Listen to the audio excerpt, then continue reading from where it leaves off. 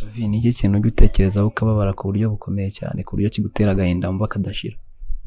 Ikintu ntekerezaho cya mbere ni ukwibaza uwo ndi we, nkibaza nti ndinde. Ikindi cya kabiri ni ugutekereza ku Mana, kuko bajya bavuga ngo ishobora byose. Nkibaza se niba ishobora byose, njye ntabwo ndi muri ibyo byose? Kuki nta kiri kunkorera ngo inyereke ko hari icyo ikeneye? Inshuti yanjye ntabwo ari amahitamo yanjye, kandi nawe uri kumbona kuri ekara ntundenganya ngo ni uko nyitakariza icyizere. Bijya biba birakugeraho ko kwiheba nyine ukumva wanze ubuzima, ntabwo bijya nta ngaruka zijya zigaragara zikugeraho zigaragara? mbere najyaga nikata nkikeba, nkumva nyine amaraso yava, nkumva nibwo nduhutse. Uyu mubiri nyine narawugize nk'igikinisho cyo kujya nikata, kuko n'ubundi ntabwo nababaraga, nkumva ko nikata nta kibazo kirimo, ko n'ubundi ntabwo mbabara. Hakava amaraso menshi cyane, nyine nkumva nibwo nduhutse umutima, kuba mbonye ikintu ntora agahinda kanjye. Nk'iki wigeze gusekwaho ukumva urababaye?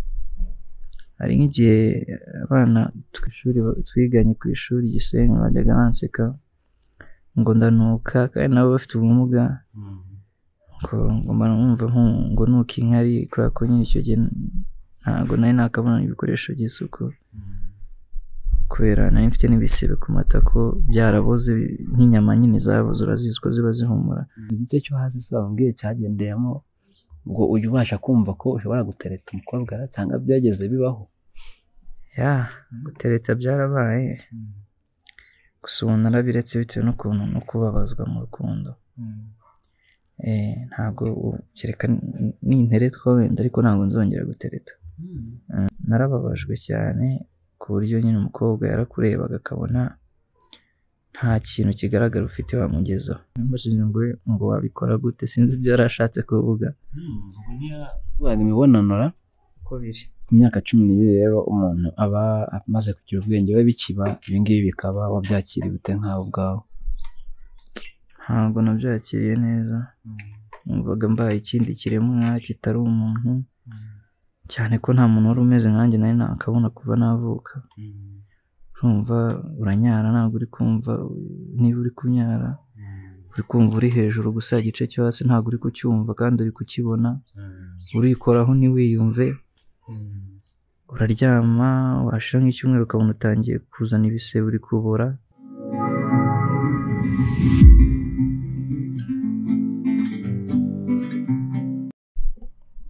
Yes, reka nizere kumeza neza ukomeye. Ibice bitandukanye dukurikiye uherereyemo, abadakomeye namwe mwihangane, ni kwisimira idutegeka kubaho mu bihe byiza ndetse n'ibibi, ariko reka ngukomereze mu bihe byose udukurikiye uri mu by'umwihariko uri mu bihe bitakuguye neza.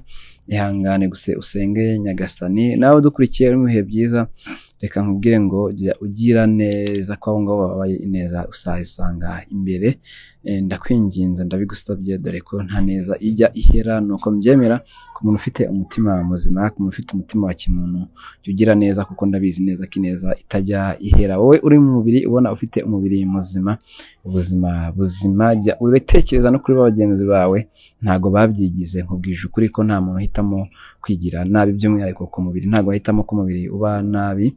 Rero ndaguhinginze, nimba umeze neza mu buryo bw'umubiri, hari undi ubona utameze neza ku buryo bw'umubiri, hari icyo wamufasha kugira ngo ubuzima bugende neza, jya ubikora n'umutima ukunze, kuko none yaba ari we, ejo ukiyongeraho. None waryama ufite amaboko, ejo ukabyuka hari warwaye indwara igusaba ko bashobora kuyaca, ukaba wasaba, kandi urajya kubona abasaba ukabima cyangwa ukabibazaho ibindi byinshi. Ubuzima tubayemo ntabwo tubugenga, rero by'umwihariko umubiri wo dukwikiye urabizi neza ko ushobora kurwara ufite n'amafaranga ashoboka yose, watanga ibyo bagusaba kugira ngo ukire, ariko bikanga kubera ko ari umubiri tutagenga. Nuko gahunda ziba zimenya. Hanyuma rero ku mashusho yanyu mwabonye umusore tugiye kuganira nawe, mwabonye uburyo namusoyemo, ntago ari uburyo busanzwe. Aba yiryamiye mu nzu, yambwiye ati ngiye ntunzwe no kuba ndyamye ahangaha mu nzu, ibindi bindi n'ubwo ngubwo nyine nuko bimeze. Hatabonye umuntu usohora nka gutya, nigumira mu nzu nyine bikarangira. Mugabo umeze neza? Ndihanganye. Urakomeye? Yego ndakomeye, kuko ndacyariho. Ndakomeye kuko uracyariho. turatangira twibwirana, njye nitwa Albert Niyonsaba, wowe witwa nde? Nitwa Ihirwe Jovite. Hanyuma Jovi, nari ndi kubivuga mu kandi kanya, warebye amashusho yacu, yarebye uburyo twasohokanye hariya mu nzu, n'uburyo budasanzwe, wambwiye uti mba nibera hano mu nzu nyine paka kugeza igihe mbonye umuntu nsohora, ntamubona nyine nkigumira ngayo bagiye, nuko babinsobanuriye. Umuntu yakibaza kugira bigende bitya, umuntu babibonye gutya nyine byatangiye bite? Nibyo wavukanye, ni impanuka, byaje bite? Ntabwo nabivukanye, ni ikibyimba narwaye umugongo kiza kuntera pararize y'igice cyo hasi. Ikibyimba yakirwaye mu he mwaka? 2012. Nuko rero urwara ikibyimba mu mugongo, ubona kiri guteza izindi ngaruka mu bice byo hasi, ugenda naho rwose ugira ikibazo kugeza n'ubwo wangiritse. Wari ufite imyaka rero ingahe icyo gihe biba? Ntabwo byaje gahoro gahoro, byaje ijoro rimwe, byaje n'amasaha 3 nayo atagezemo, byahise imera gutya. Amasaha 3 yonyine gusa niho byaje? Byatangiye bite? Nari ndyamye numva ino riri kundya, rikandya ryarekera kundya, nkahita mbikinya nkumva rirabuze nyine, rigafata ukuguru bikandya, byarekera kundya nkabikinya, bikajya ku kundi kuguru, birazamuka bigeze munsi y'umukondo gato birahagarara. Byaraza gukabikinya. Icyo kibyimba wari ugifite n'ubundi icyo gihe biri kuza, wari ufite icyo kibyimba wari ufite mu mugongo? Yego nari ngifite. Nuko rero biraza bigira ubwo bikwangije. Nabonye akaguru hariya, ari igice kimwe cyavuyeho cyo hasi, kiba kiriho amano. Byagenze bite kugira kiveho? Nabyo byagendeye mw'ubwo buryo? Icyo gihe nari mvuye CHK, nari maze igihe ndi kwivuza ibisebe biterwa no kuryama cyane, bigaterwa nanone n'inkari. Nibwo byaje kugira nyine biba ngombwa ko muti ntwika mvuye kwivuza, nsubiye kwa muganga ambwira ko hajemo gangrene, ngo bisaba kugaca kugira ngo itazagera mu bice by'uruguru. Ku myaka 12 rero umuntu aba amaze kugira ubwenge, we bikiba ibingibi bikaba, wabyakiriye ute nkawe ubwawe? Ntabwo nabyakiriye neza, numvaga mbaye ikindi kiremwa kitari umuntu, cyane ko nta muntu wari umeze nkanjye nari nakabona kuva navuka. Urumva uranyara, ntabwo uri kumva niba uri kunyara, uri kumva uri hejuru gusa, igice cyo hasi ntabwo uri kucyumva kandi uri kukibona, urikoraho ntiwiyumve, uraryama, washira nk'icyumweru ukabona utangiye kuzana ibisebe, uri kubora, ukabona nyine ntabwo uri gusobanukirwa ibiri kukubaho. Ni ukuvuga ngo wari pararize nyine, igice cyo hasi nawe utazi ko kibiho? Niko bimeze na n'ubu, ntabwo ariko ari kera. Ubona n'ubu niko bimeze? Niko bimeze ubu, ntabwo nyumva nyine, uretse kumva ibintu bikonje cyane, bikonje cyane, bwa bukonje wumva bugira bukagutwika.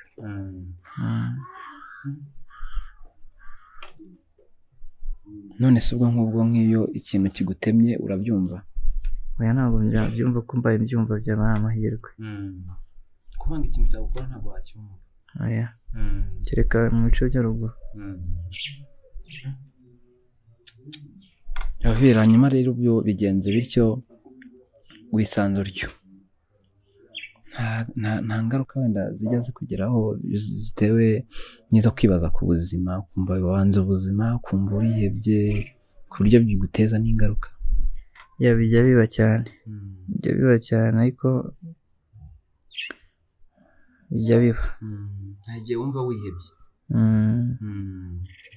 Nta ngaruka birakugeraho ko kwiheba nyine ukumva wanze ubuzima? Nta ngaruka zijya zigaragara, zikugeraho zigaragara? Mbere najyaga nikata, nkikeba, nkumva nyine amaraso yava, nkumva nibwo nduhutse. Uyu mubiri nyine narawugize nk'igikinisho cyo kujya nikata, kuko n'ubundi ntabwo nababaraga, nkumva ko nikata nta kibazo kirimo, ko n'ubundi ntabwo mbabara.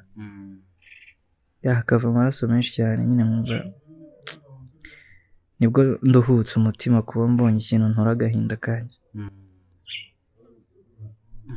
Ni ukuvuga ngo byaje kugira ubwo ushaka kwiyaka ubuzima, nyine ukitera ibyuma kugira ngo urebe ko wapfa? yego kuko icyo gihe ntabwo natinyaga urupfu, icyo natinyaga ni uburibwe. Najyaga kwijomba icyuma nkumva nyine ndimo ndaribwa, nkumva n'ikijya mu nda ndababara cyane, none nakata nk'ino nkabona ntabwo mpfuye. Wigeze kwikata ino? Rero iri ngiri iri ry'agahera narikuyeho kubera ko nari mfite agahinda gakabije cyane. Ese iyo gutyo ujya kwa muganga cyangwa urategereza n'undi bikikiza? Ubu sinkibikora kuko ubu hari urwego maze kugeraho rundi. Nagiye kwa muganga ariko ntabwo ari njye, n'ababyeyi banjyanye. Kuganirizwa n'ababyeyi, si ubwo ababyeyi bakubwira ngo iki kuri ibyo byose, kuba wanze ubuzima ugashaka kwiyambura ubuzima, ababyeyi bakuganiriza bate? Ubu ngubu urebye tuganira neza nyine, hari ukuntu twicara tukajya inama, kuko umutwaro ni uwacu twese. Barampumuriza nanjye nkabahumuriza kuko ntabwo ari urugo rumwe, ni urwacu twese. Gavi, nyamara batazi ubuzima baseka badafite ubuzima, nta ujya uhura n'ingaruka z'uko abantu baba bakugira igitambo cyangwa igitaramo bitewe n'uko nyine umeze uko nguko umeze, ku buryo binakubabaza ibyo ngibyo abantu bakoze cyangwa bavuze. Birambabaza ariko ntabwo mbabazwa n'uko babimbwiye, ahubwo mbabazwa n'ukuntu nyine nuko badasobanukiwe, kuko nta kuntu waba usobanukiwe ngo nseke, kuko nanjye ntabwo ari njye wigeze gutya.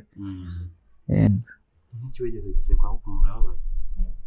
Hari nk'igihe abana twiganye ku ishuri Gisenyi bajyaga banseka ngo ndanuka, kandi nabo bafite ubumuga, ngo numva ngo nuka inkari, kubera ko nyine icyo gihe ntabwo nari nakabona ibikoresho by'isuku, kubera nari mfite n'ibisebe ku matako byaraboze nk'inyama nyine zaboze, urazizi ko ziba zihumura, bakanyinuba cyane. Uretse inshuti nkeya nyine zifite ubumuga zarimagara zanyihanganiraga, ariko nazo bakazinshaho nyine. Umva iyo wabaga uri inshuti yanjye wabaga uzi ko ugiye kubura inshuti nyinshi kubera impumuro nabaga mfite. Iyo mpumuro ufite, abandi bantu nabo kandi bafite ubumuga ntibabashe kuyihanganira, abavandimwe bawe muvuka nabo babyakiraga bate kuba nyine ufite iyo mpumuro, kuba hari ibyo wikemuriraho kandi nyine biteza umwuka, abavandimwe bawe babyakiraga bate? Abavandimwe bo ntabwo nabashaga kumenya uko babifata, kandi ntabwo nifuzaga ko bamenya byinshi ku bijyanye nanjye. Bari bakiri abana, numvaga babimenye hari amarangamutima ashobora kwangirika. Ku myaka yawe 21 rero nagusanze mu rugo, niho turi kuganira, Karina nagize ngo ni iwawe, ariko urambwira ati oya ni mu rugo. Icyo gice cyo hasi sambwiye cyagendeyemo ngo ujye ubasha kumva ko ushobora gutereta umukobwa cyangwa byageze bibaho?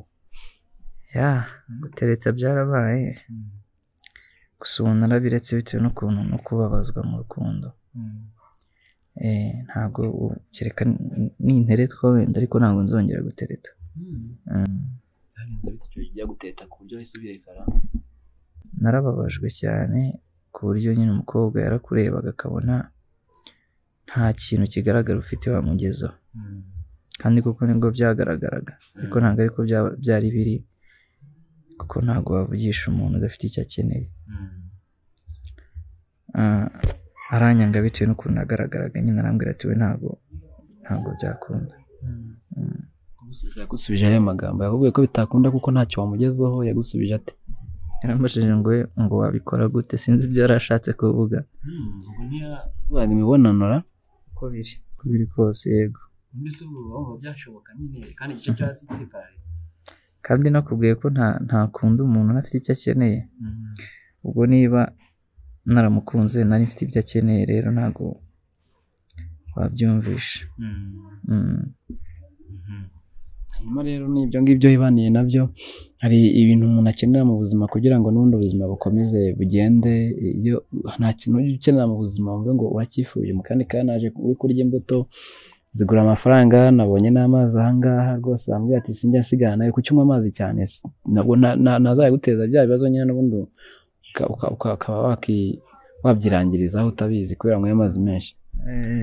birayatera ariko ni byiza kuyanywa kuko abaganga bambwiye yuko bituma inkari zoroha ntizimbabure. Iyo nayanyweye rero hakaza inkari nkeya zirantwika nkazana ibisebe byinshi, ariko iyo nayanyweye ziza zimeze nk'amazi ntabwo zantwika. niyo mpamvu y'amazi. Yego. Naho imbuto zo ni ibisebe mfite biterwa no kuryama cyane byatewe n'inkari. Abaganga bambwira ati mu gihe wabuze ibikoresho jya wifashisha imbuto mu gihe ukibitegereje, kandi nubwo imbuto ibipfuko byabura imbuto ntizikabure. Ese kubona amafaranga y'imbuto birakorohera? Wabiryamiye mu rugo nta gukora bijya bikorohera? Ntabwo biba byoroshye ariko uranga itera amapfa ntitera aho wahahira ko nigeze kumva bavuga. Ngerageza gusaba ubufasha abavandimwe hano tubana bakagerageza bagakusanya. Hagiye ababyeyi bari bagera bagacika intege nk'abantu nyine nk'abana b'abantu bagacika intege wenda ku buryo ubibona ko bakugaragarije ko wenda bacitse intege? Ibyo biraba ariko gerageza nawe kudacika intege kuko niwe uba usigaye wo kuzibasubizamo. Nawe ucitse intege ubwo byaba birangiye. Ngerageza kubereka ko burya hari impamvu. Ni iki kintu ujya utekerezaho ukababara ku buryo bukomeye cyane ku buryo kigutera agahinda wumva kadashira? Ikintu ntekerezaho cya mbere ni ukwibaza uwo ndiwe, nkibaza ndinde. Ikindi cya kabiri ni ugutekereza ku Mana kuko bajya bavuga ngo ishobora byose. Nkibaza se niba ishobora byose njye ntabwo ndi muri ibyo byose, kuki nta kiri kunkorera ngo inyereke ko hari icyo ikeneye, hari icyo yamfasha. Gutakariza Imana icyizere yanjye ntabwo ari amahitamo yanjye, kandi nawe uri kumbona kuri ekara ntundenganya ngo ni uko nyitakariza icyizere. bijya biba.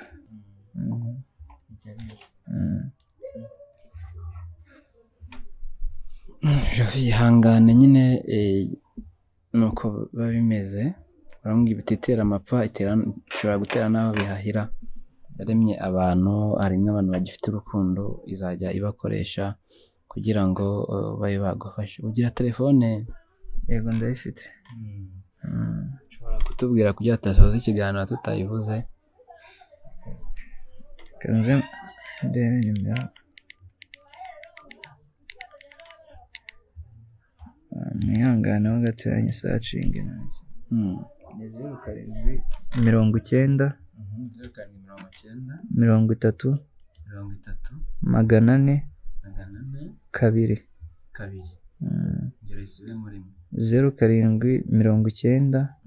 400 2. Noreye kuri Jovite. Ihirwe Jovite. Yes, ufite icyo wamarira Jovite ushobora kumuhamagara kuri 07 90 30 402. Uri hanze y'u Rwanda washyira ikimenyetso cyo guteranya 25 ukajya wakomeza zino nimero kugira ngo ubashe kumvikana na Jovite. Jovite, tugana ku musozo w'ikiganiro.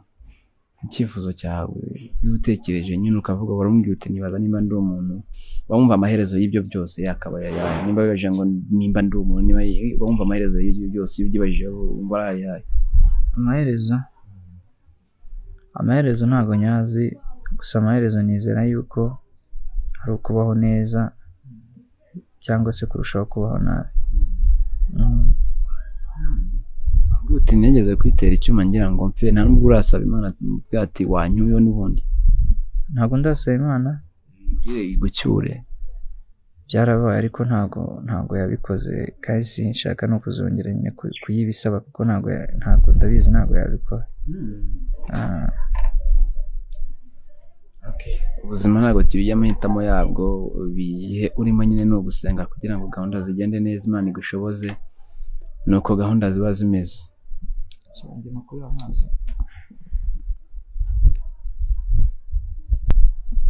Jovi, ubuzima ni impano niko bimeze, kandi iyo umuntu agwaye impano aguha uko ashaka.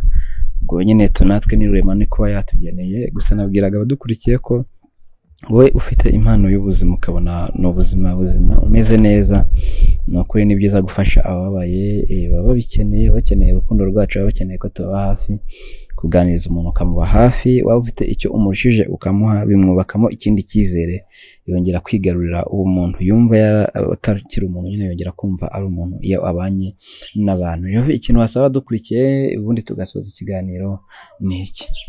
Ikintu cya mbere ni inkunga ebyiri, inkunga y'amasengesho ndetse n'inkunga y'amafaranga kuri iyo telefone, kugira ngo mbashe kugura bimwe mu bintu bimfasha mu buzima, kugira ngo ntabangamira abandi nanjye ntibangamira. Urakoze cyane, ndi kuvuga mu kandi kanya ngo bafite ubuzima rwose bagira icyo bakora, Imana ize kubashoboza. Urakoze, reka nkomeze kukwihanganisha kandi nkubwire ko kwibaza uri iki, reka nkubwire ko uri umuntu kandi Imana ikunda, ntongere kwibazaho k'icyo ngicyo ngo uri iki, uri umuntu kandi Imana iragukunda. Murakoze cyane. Yes, murakoze abarukukiye Bcount TV, kora subscribe kugira ngo gahunda zigende neza. Niba utarayikora, iki kiganiro gisangize abandi kugira ngo kibe cyagirira akamaro Jovite. Nimba hari icyo ufite wakora ku buzima bwi nawe gikore, uhawe ikaze kandi Imana yazaguha umugisha. Murakoze cyane, reka mbashimire. Ibiganiro nk'ibi ngibyo ni akagaruka. Nari Albert Niyonsaba.